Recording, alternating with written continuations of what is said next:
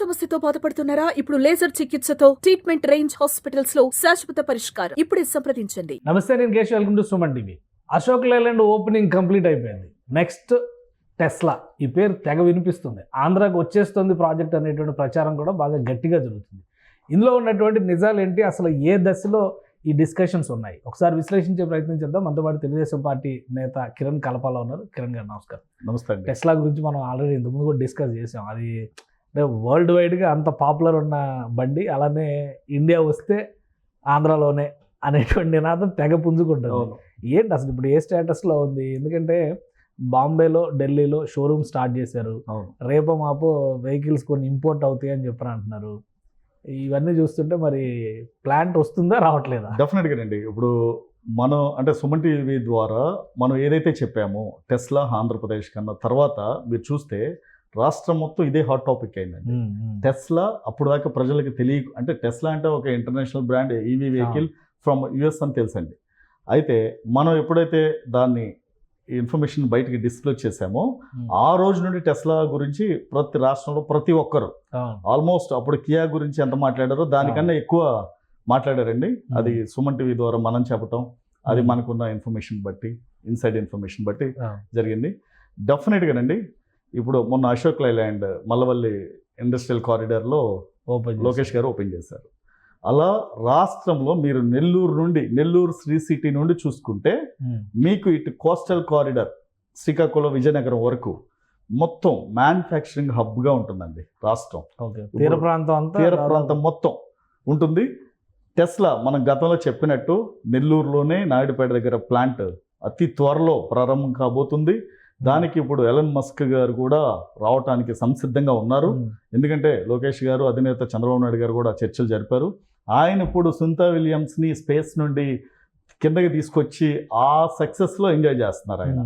ఎందుకంటే గతంలో బైడెన్ ప్రభుత్వం చేయలేంది ట్రంప్ వచ్చిన తర్వాత, యుఎస్ ప్రెసిడెంట్ ట్రంప్ వచ్చిన తర్వాత ఆ ప్రాజెక్ట్ ఎలన్ మస్క్కి అప్పచెప్పి ఆయన అతి తక్కువ కాలంలో అంటే 4 రోజుల వ్యవధిలోనే ఆయన స్పేస్ డ్రాగన్ క్రూ 9 పంపించి వాళ్ళని తీసుకురావటం, అది అంటే ప్రపంచవ్యాప్తంగా సంచలనం అయింది. పెద్ద సక్సెస్ అయింది. లాస్ట్ మినిట్ వరకు కూడా కల్పనా చావ్లా ఉదంతాన్ని గుర్తుపెట్టుకున్నారు. ఎందుకంటే ఇప్పుడు స్పేస్ నుండి వచ్చిన తర్వాత రాకెట్ మళ్ళీ సీలో బ్లాస్ట్ అవుతుంది. ఎందుకంటే అది చాలా విషపూరిత వాయువులను రిలీజ్ చేయటం, వీళ్ళు బయటకు వచ్చిన తర్వాత కూడా ఆ విషవాయువులతో వీళ్ళు చాలా అంతకుముందు ఆస్ట్రోనాట్లు చనిపోయిన దాఖలాలు కూడా ఉన్నాయండి. సో విజయవంతం అవటం, ఆయన ఆ సక్సెస్ని ఎంజాయ్ చేస్తున్నారు. ఇప్పుడు అంటే ప్రపంచంలోనే ఫస్ట్ యుఎస్ తర్వాత అతి పెద్ద ప్లాంట్ ఆంధ్రప్రదేశ్లో స్టార్ట్ చేయాలని ఆయన సుముఖత వ్యక్తం చేయటం. దాని ఒకటంటే ఇక్కడ చాలా కాంపిటీషన్ ఉంది. మహారాష్ట్ర అసలు వదిలిపెట్టే ప్రసక్తి లేదు. మహారాష్ట్ర గవర్నమెంట్ చాలా స్ట్రాంగ్గా పట్టుకుని ఉంది దీన్ని. ఎందుకంటే ఆల్రెడీ పూణేలో ఒక ఆథరైజ్డ్ ఆఫీస్ని ఓపెన్ చేశారు. ఇవన్నీ ఇప్పుడు ముంబైలో డెఫినెట్గా ముంబైలో స్పేస్ అయితే తీసుకున్నారండి. ముంబైలో ఫస్ట్ షోరూమ్ స్పేస్ తీసుకున్నారు, అలానే పూణేలో తీసుకున్నారు, చెన్నైలో తీసుకుంటున్నారు, హైదరాబాద్లో కూడా తీసుకుంటున్నారు. అయినా ఇక్కడ ఆంధ్రప్రదేశ్ రావడానికి ప్రధాన కారణం ఎవరంటే నారా చంద్రబాబు నాయుడు గారు. ఎందుకంటే ఆయన బ్రాండ్ అండి.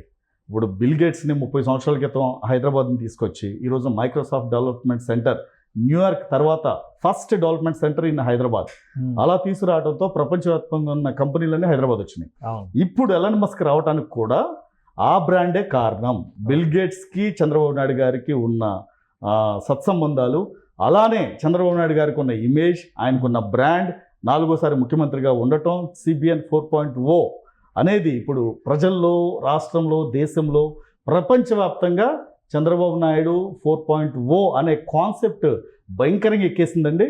దానికి ఎలన్ మస్క్ కూడా, ఎందుకంటే చంద్రబాబు నాయుడు గారి దగ్గర ఒకటేనండి, ఆయన ఒక రాజకీయవేత్తగానే కాకుండా లేదా సీఎంగానే కాకుండా ఆయనలో ఒక ఎంటర్ప్రెన్యూర్ ఉన్నారండి. అంటే వేరే సీఎంలు చూస్తే ప్రజెంటేషన్ పక్కనున్న సిఎస్లు ఇవ్వాలి, ఈయన అలా కాదండి. చంద్రబాబు నాయుడు గారు ఎలన్ మస్క్కి ప్రజెంటేషన్ ఇవ్వాలన్నా లేదంటే బిల్ గేట్స్కి ఇవ్వాలన్నా ఆయనే ఒక టీచర్ లాగా, ఒక ప్రొఫెసర్ లాగా ఇస్తాడు. సో మీకు డైరెక్ట్గా ఒక రాష్ట్ర ముఖ్యమంత్రే మనకింత చెప్తున్నాడు అంటే డెఫినెట్గా వాళ్ళల్లో ఒక నమ్మకం అనేది ఏర్పడుతుంది. మీరు గతంలో చూస్తే క్లౌడ్ టెక్నాలజీ మీద మైక్రోసాఫ్ట్ సీఈఓలే చెప్పలేకపోతే ఈయన ఆ క్లౌడ్ టెక్నాలజీ మీద 30 నిమిషాలు మాట్లాడాడు. ఆ రోజు ఎంటర్ప్రెనర్స్ అందరూ షాక్ అయిపోయారు. ఆ రోజున 2014 నుండి 19 దావోస్ పర్యటనకి వెళ్ళినప్పుడు క్లౌడ్ టెక్నాలజీ మీద 33 నిమిషాలు మాట్లాడాడు అనర్గళంగా. అంటే ఆయన దగ్గర ఉన్న ప్రజెంటేషన్ స్కిల్స్ ఇంకా ఏ రాష్ట్ర ముఖ్యమంత్రి కాదు కదా, ఎవరి దగ్గర ఉండవు. సో ఇక్కడ టెస్లా రావడానికి ప్రధాన కారణం చంద్రబాబు నాయుడు గారు, ఆయన బ్రాండ్, ఆయన అఫీషియల్ అనౌన్స్మెంట్ బాగా డిలే అవుతుంది. లేదండి, డిలే లేదు, పడుతుంది. ఈ ఫైనాన్షియల్ ఇయర్ 31 మార్చి తర్వాత ఏప్రిల్లో, మోస్ట్లీ ఏప్రిల్ 15 తర్వాత అఫీషియల్ గా ప్రకటన అనేది వెలువడుతుంది. ప్రైమ్ మినిస్టర్ టూర్ లోపే ఉన్న క్లారిటీ వస్తుంది. ప్రైమ్ మినిస్టర్ వస్తున్నారు కదా, మరి ప్రైమ్ మినిస్టర్ వస్తున్నారంటే ప్రైమ్ మినిస్టర్ ఆయన గతంలో 2014లో వచ్చారు, అమరావతికి కొబ్బరికాయ కొట్టారు, మళ్ళీ ఇప్పుడు వస్తున్నారు, ఆగిపోయిన పనులన్నీ రీస్టార్ట్ చేస్తున్నారు, అది వేరండి. ఇప్పుడు ఈ టెస్లాకి వచ్చేటప్పటికి డెఫినెట్గా ఏప్రిల్ 15 తర్వాత ప్రకటన ఉంటుంది. తర్వాత మరి కొద్ది కాలం తర్వాత అఫీషియల్గా ప్లాంట్ ఇది కూడా జరుగుతుంది. ఈలోపు ఎంఓయూలు, ఎలాన్ మస్క్ ఒకసారి ఇక్కడికి రావటం, వచ్చిన తర్వాత ఎంఓయూల మీద ప్రొసీజరల్ వర్క్ అంతా ఇదంతా ఉంటుందండి. డెఫినెట్గా ఏప్రిల్ 15 తర్వాత టెస్లా ఆంధ్రప్రదేశ్లో స్టార్ట్ అవుతుంది. అలానే ఇండస్ట్రియల్ కారిడార్గా విజయవాడ చుట్టుపక్కల గతంలో ఉమ్మడి కృష్ణా జిల్లా ఏదైతే ఉందో, కంచిచర్ల కానివ్వండి, నందిగామ కానివ్వండి, జగ్గపేట కానివ్వండి, ఈ బెల్ట్ అంతా మ్యానుఫ్యాక్చరింగ్ సెక్టర్ అండి. అలానే ఇటు వచ్చేసేటప్పటికి కృష్ణా జిల్లాలో ఒక ప్రాంతం ఏలూరుకి దగ్గరలో మల్లవల్లి, అది కానివ్వండి, ఇవన్నీ ఇండస్ట్రియల్ స్టేజ్లు ఉన్నాయండి. డెఫినెట్గా రాబోయే 5 ఏళ్లలో ఏపీ అనేది ఇండస్ట్రియల్ హబ్గా ఉంటుంది.